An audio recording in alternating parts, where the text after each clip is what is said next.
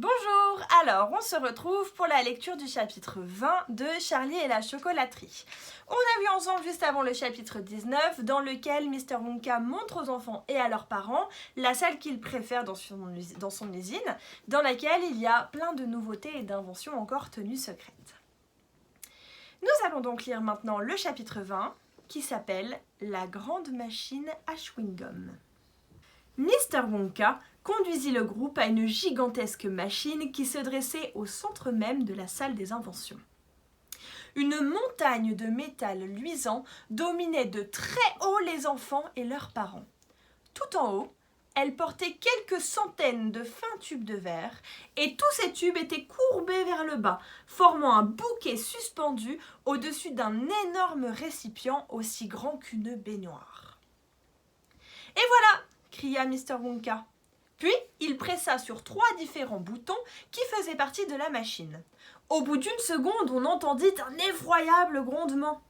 Toute la machine était secouée de façon inquiétante, dégageant de la fumée de toutes parts, et soudain, les spectateurs virent couler du liquide dans les petits tubes de verre en direction de la grande cuve. Et dans chacun de ces petits tubes, le liquide était de couleurs différentes, si bien que toutes les couleurs de l'arc-en-ciel et bien d'autres encore, se rencontraient dans un formidable éclaboussement. C'était un très joli spectacle.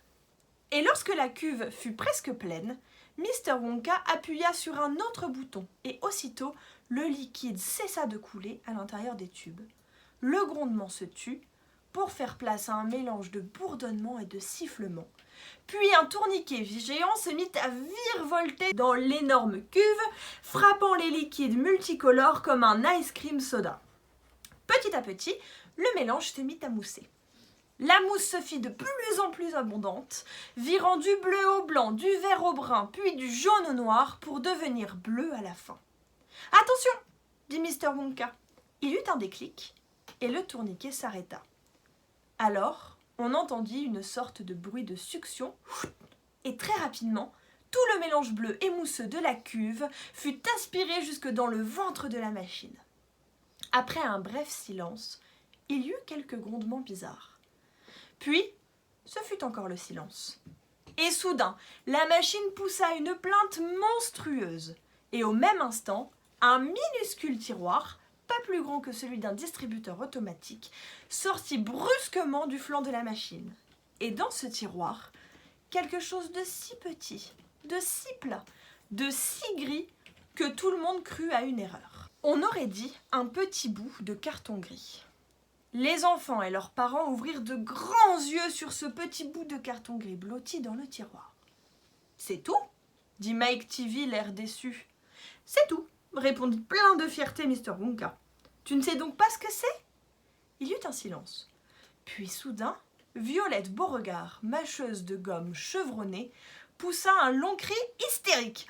« Mais c'est de la gomme !» hurla-t-elle. « C'est une barre de chewing-gum !» « Exact !» s'écria Mr. Wonka. Il donna une tape dans le dos de Violette et dit « C'est une barre de gomme. Et cette gomme est la plus étonnante, la plus fabuleuse, la plus sensationnelle du monde. » Alors, on vient de terminer le chapitre 20. Dans ce chapitre, on voit une nouvelle machine dans l'usine de Willy Wonka. C'est une grosse machine avec plein de tubes, plein de couleurs, qui fait beaucoup de bruit.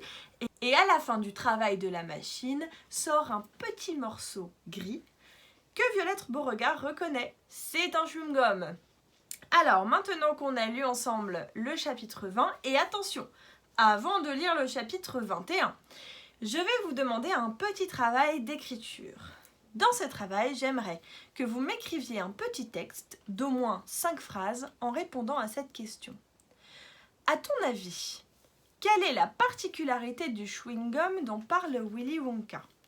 Qu'est-ce qui fait que ce chewing-gum a l'air extraordinaire?